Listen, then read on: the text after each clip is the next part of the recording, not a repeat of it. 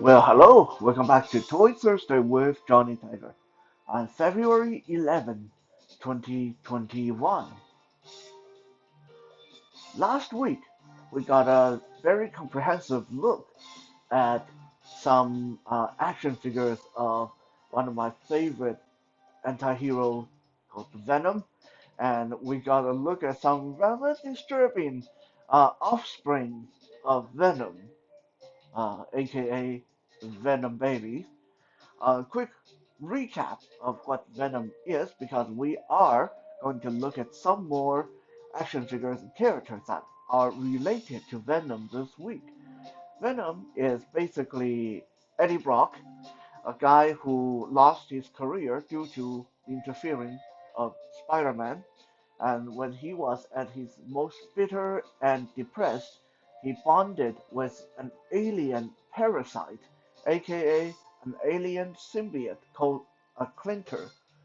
And this alien symbiote gives Eddie Brock the ability to grow giant fangs and claws, huge muscles, virtually unkillable, super speed, super strength, uh, and all that good stuff.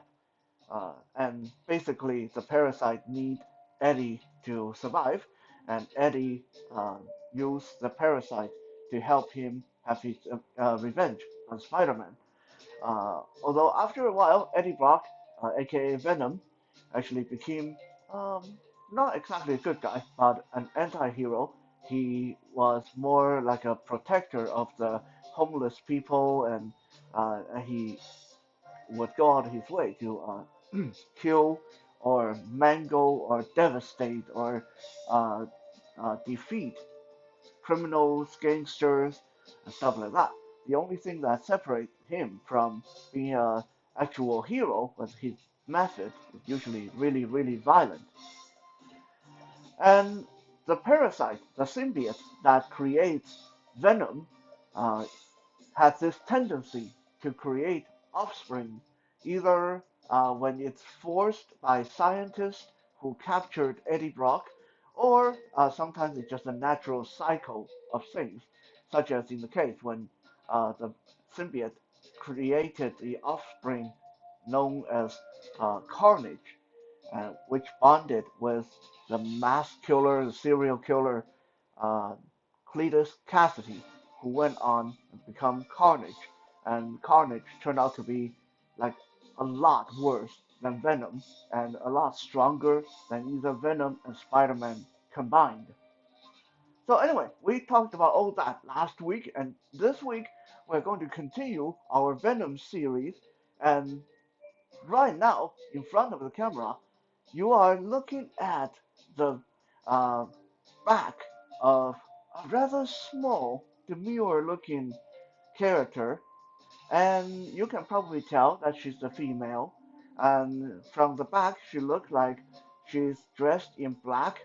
She's got some kind of vest on. She's got a spider or venom logo on the back of her vest, and she looks like she's wearing some kind of a hood. Who is this little tiny female character? Well, this is, uh, in a sense, another one of our Venom babies, and her name is Ghost Spider. Just look at this thing. This thing that's around her, this is not some kind of external weapon or anything. This is her tongue. This is her tongue. Look at this. Crazy, crazy. She is the only Venom character, Venom offspring, Venom uh creature that have tongue like this. It's like the character herself is only, well, the action figure is about 6 inches tall, and the tongue alone is about 9 inches long if I stretch it out. And I don't know if you can make it out on the camera, but there's all kind of wicked spikes and barbs, hooks on this wicked looking tongue. Now, if you can look at this, the tongue actually doesn't come out of her mouth, but it comes from inside her headpiece, this hood-looking thing. It's actually not a hood. This is what she looks like when she is in her Venom uh, form. The symbiote, the parasite she has, create this hood-looking part around her head, and from inside this hood, this super wicked long barbed tongue come out, and she can grab her opponent with this and pull them to her. And just like any other Venom symbiote, she doesn't only rely on her tongue, of course. These spikes around the edge of her hood, these symbolizes the fangs you see on so many Venom characters. So you can imagine this tongue grabbing onto a character, dragging it into her, and then her hood can actually bite onto the target using these spikes on the side. That's just something really wicked. In addition to that, she has claws on her hand, tiny little claws because she's very small. I'm just going to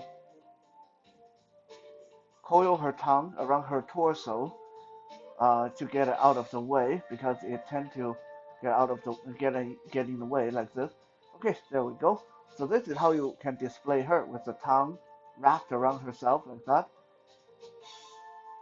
In addition to her tiny little claws, she also has this blades on her elbow.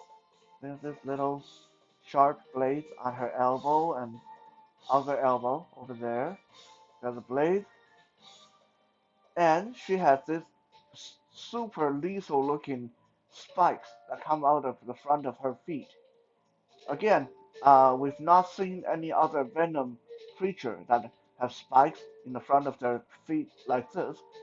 So, although she is definitely small and dainty looking, Ghost Spider looks very lethal, very capable. Probably a good thing that she is one of the good guys. Who is Ghost Spider? Well, I will say it for now. I don't know a heck of a lot about Ghost Spider. I mainly uh, enjoy her for the design of this wicked looking creature she is. And also, Ghost Spider, again, I must mention, was one of the birthday gifts given to me by my beautiful, intelligent girlfriend. So that definitely cements her a very special place in my heart. Ghost Spider's civilian identity is Gwen Stacy. Those of you who know your Spider-Man history would instantly recognize that name. In some storyline, Gwen Stacy is Spider-Man's ex-girlfriend. In some storyline, Gwen Stacy is Spider-Man's current girlfriend. It depends on which story you go by. But in an alternate universe, Gwen Stacy, once upon a time, was Spider-Woman. She has the same power as Spider-Man, and she used her power to fight crime. Do I need to explain her power? I mean, when I say she has the same power as Spider-Man, of course I mean super strength. She can lift up to 10 tons, and she has super speed. She has spider senses that allowed her to sense danger. Uh, she has the ability to uh, uh, have really fast agility and good healing ability. She can heal from a lot of wounds, and she also can climb walls. She can stick to her hands and feet can stick to walls, allow her to climb up walls and across ceilings very easily. But during one of the battles, her superpower got drained by one of her enemies using a very specialized power glove, and she became just a normal woman. And long story short, she ran into a lot of trouble and got threatened by all her former enemies, and there were a lot of crimes that needed to be stopped, but she didn't have the power to stop them. So in the end, Gwen Stacy went to the Kingpin, one of the criminal overlords, and made a deal with the Kingpin that would allow her to regain her superpower.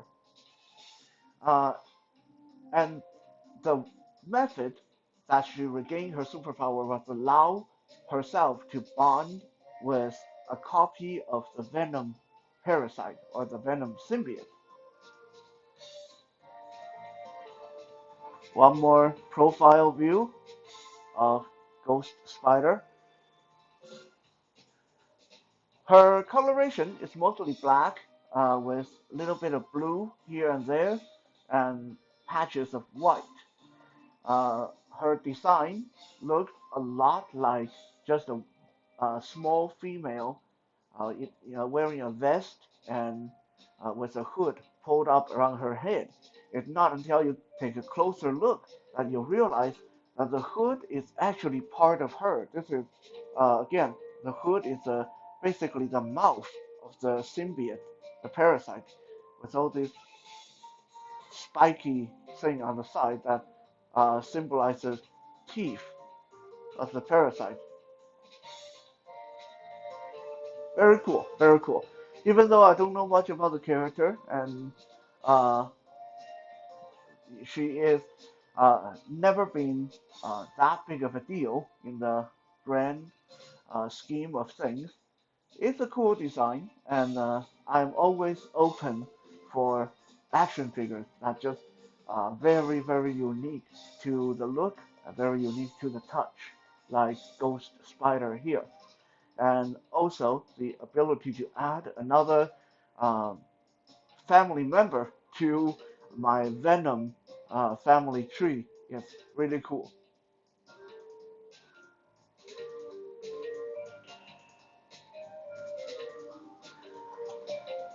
Now let's go back to Eddie Brock, the original Venom. After struggling against his own symbiote and parasite for many years, Eddie Brock finally got rid of the Venom symbiote. Why did he want to get rid of it? Because Eddie Brock, at the core, even though he hated Spider-Man in the beginning, he was a relatively good-natured guy. And he was not okay with this parasite inside him that constantly feel the need for violence and constantly feel the need to kill people. So he tried many, many times trying to get rid of the symbiote, the parasite. But every time, due to circumstances or one thing or another, they would find each other again and they would become uh, partners. Again, it's like one of those relationships that they split up, they get together again, they split up, they get together again.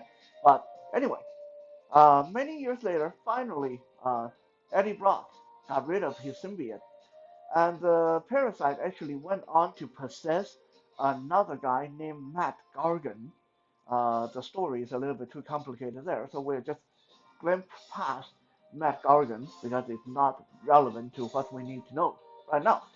So, Eddie Brock became a normal guy again after shedding himself the parasite. But unbeknownst to him, he has uh, a cancer growing inside of him all this time. And it was the symbiote that been keeping the cancer suppressed. It was the symbiote that been keeping him alive. So shortly after getting rid of the parasite, he started getting sick. His cancer started to eat away at his inside. As his way to repent for all the violence he brought to the world.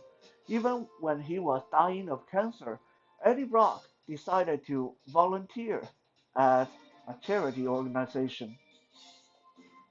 And it was here where his life took a really, really unexpected turn, for the better, for the most part.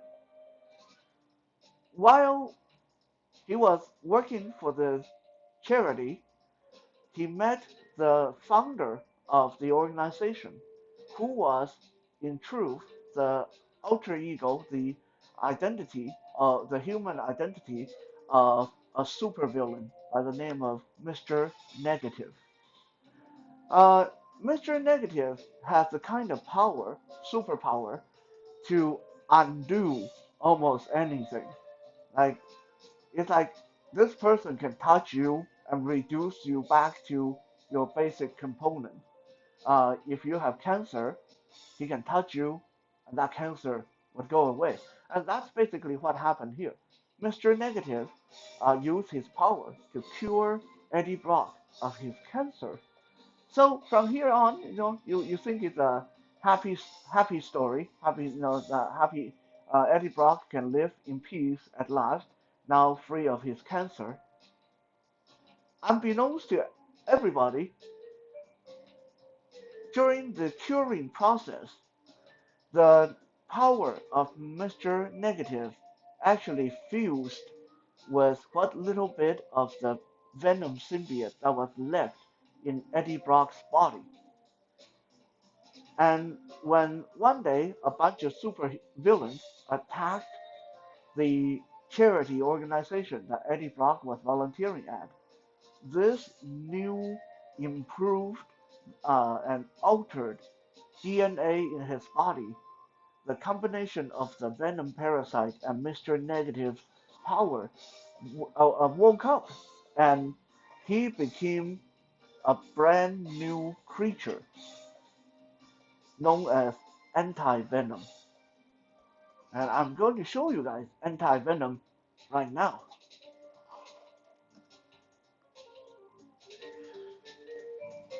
This is one heck of an impressive action figure.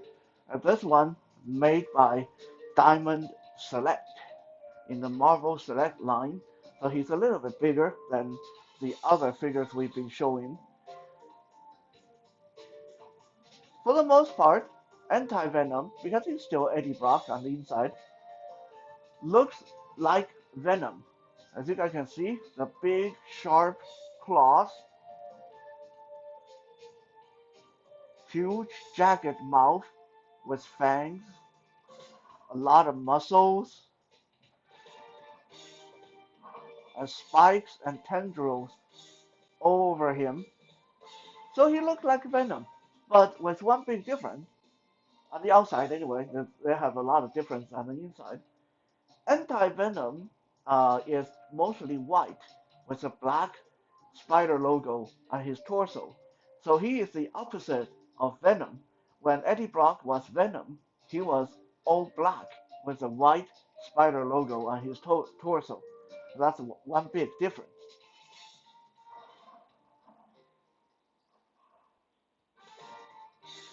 On the inside, though, Anti-Venom is like a upgrade of Venom on steroid. He is no longer afraid of fire and sound, loud noises, uh, which was always an easy thing to defeat the Venom symbiote with fire or with a loud noise. On Anti-Venom, you can no longer use those against him. Anti-Venom also has the ability to cure any kind of poison, any kind of disease, any kind of parasite from the human body. It can purge the human body from any kind of ailment. And also, it has magnified Eddie Brock's strength to be able to lift over 100 tons of weight, way above what he could when he was just Venom. Perhaps the most impressive ability of Anti-Venom is living up to his name. Eddie Brock, as Anti-Venom, now has the ability to kill any symbiote creature. So anything like Phage or Carnage or Ghost Spider, any symbiote, he can kill them by purging them from the body of their host. This action figure depicts the first moment Anti-Venom awakened and uh, Eddie Brock fused with the new creature and is trying to defend the organization from uh, the supervillains that attacked it. So you can see it's the base. The base is really impressive. Let me take the figure out the base. The base here is really large. It's over 6 inches wide and about 6 inches deep and over 6 inches tall. It depicts a whole bunch of rubble, fallen bricks and girders and cement with tendrils of the new anti-venom symbiote coming out of the ground. It's like these long, spiky tendrils just come out of the rubble and whipping around. And then, of course, then you have anti-venom himself coming out from the rubble and is standing on top of the base, ready for battle.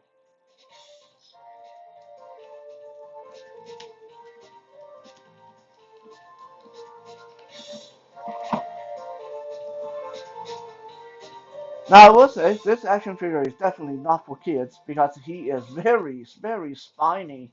There are all these little jagged spikes on his person. These are actually sharp. Like if I grab him too hard, I will cut myself on these spikes. These are really sharp little spikes uh, on the back of his head, over here, on the back of his head, on his shoulder, on his knuckles.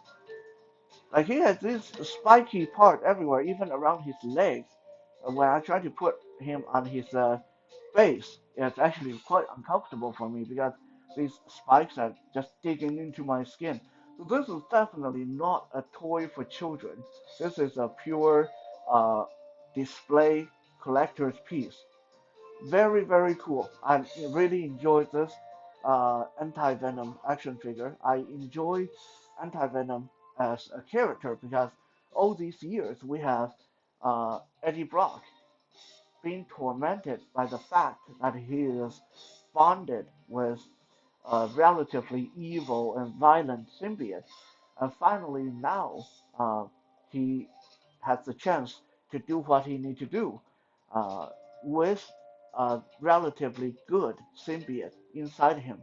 Even though Anti-Venom, if you look at him, big claws, sharp teeth, a lot of spikes, a lot of muscles, he doesn't look like a good guy, but he's definitely one of the good guys. He goes around helping people, curing people, and use his superpower to fight off other evil symbiote parasite possessed people.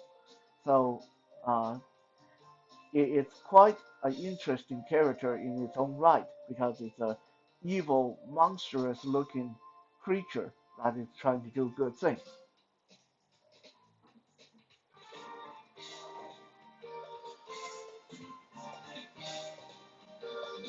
Speaking of evil and monstrous looking creature, we are going to bring Cletus Cassidy back in the frame for a second because what we are going to show next is largely to do with him.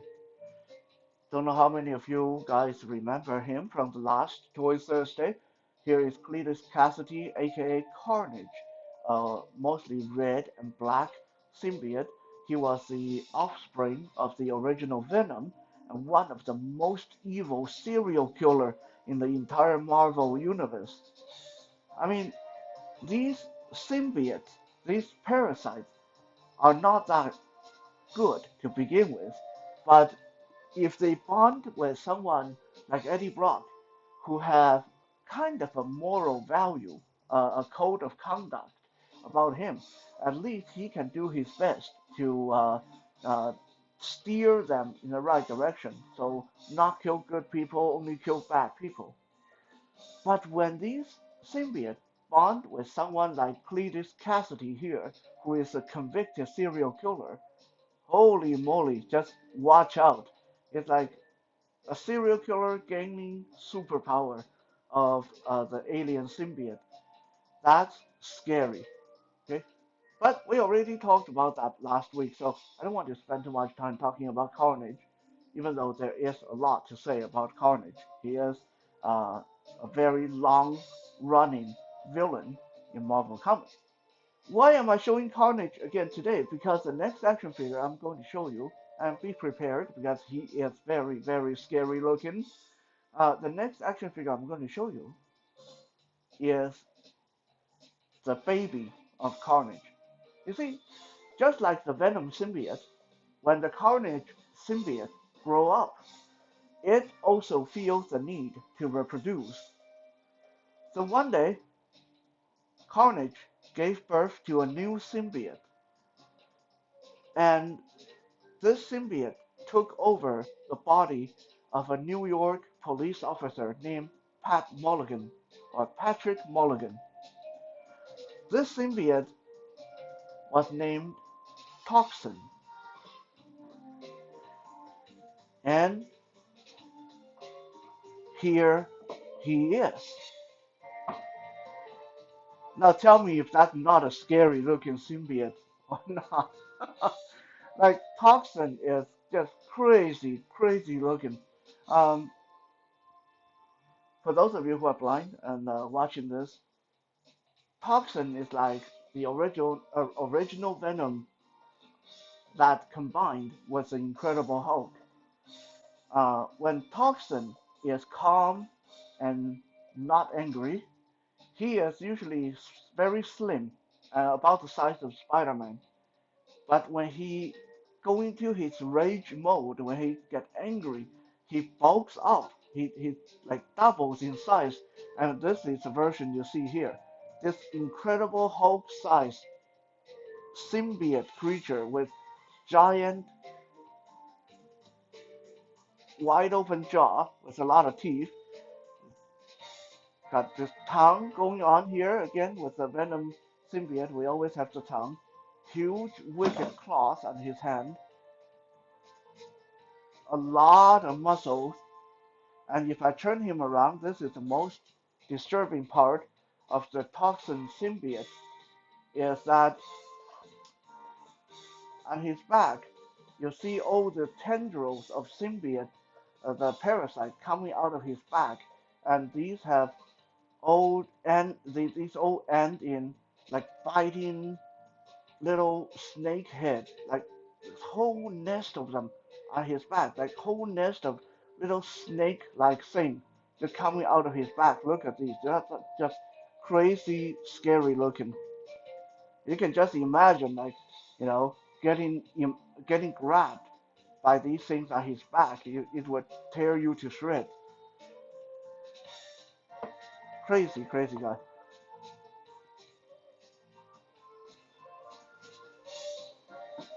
But even though he is so scary looking, one of the scariest looking symbiote creature I've ever seen, Toxin turned out to be a good guy. Like he actually turned out to be a hero. And this is because he bonded with a very good man. Like I said, he was bonded with a New York police officer named Patrick Mulligan. When Patrick Mulligan realized that he has a symbiote baby bonding with him, he tried to ensure that he's not going to harm his family. So he actually ran away from home, left his wife and his kid, didn't want to go anywhere near them until he could get this new symbiote parasite under control. And with a lot of patience, Patrick Mulligan was able to teach the toxin symbiote inside him to identify what's right and what's wrong, and to embrace a certain kind of moral value, such as it's wrong to steal, it's wrong to kill, etc., etc. Although there has been a few times when it's actually executed a few criminals that Pat Mulligan was going to arrest, but uh, by the end of their partnership, the toxin symbiote was definitely under control, and Patrick Mulligan was definitely on the side of the heroes rather than being an anti hero like his grandfather Venom or like a mass murderer like his father uh, Carnage. So, again, very interesting looking action figure, very interesting looking character. Scary, scary looking. Big claws, big teeth, swirly, grasping tongue, the almost dinosaur looking head, huge muscles, and a whole back full of, I don't know, I don't even know what you would call these, like tentacles, snakes, or tendrils, uh, whatever they are. They look really scary. Something this scary being on the side of the heroes, that's really interesting. Just so you have a size comparison, I'm going to bring Carnage back in the frame. Carnage is more or less the size of a normal human being, and if we stand Carnage next to Toxin, look how big the son is compared to the father. Carnage here is the dad, and the Toxin, who looms over him like his old, the Carnage barely come up to his pectoral, and see how Toxin's hand can just fit over Carnage's head like that. That's the son, okay? How can a dad this size generate a son that size? I have no idea. Okay. One more size comparison. I'm going to bring AntiVenom, who is Eddie Brock. So technically, he is Toxin's grandfather. Going to bring AntiVenom back in the view for size comparison. Even against AntiVenom, Toxin is huge, just massive beast of an action figure.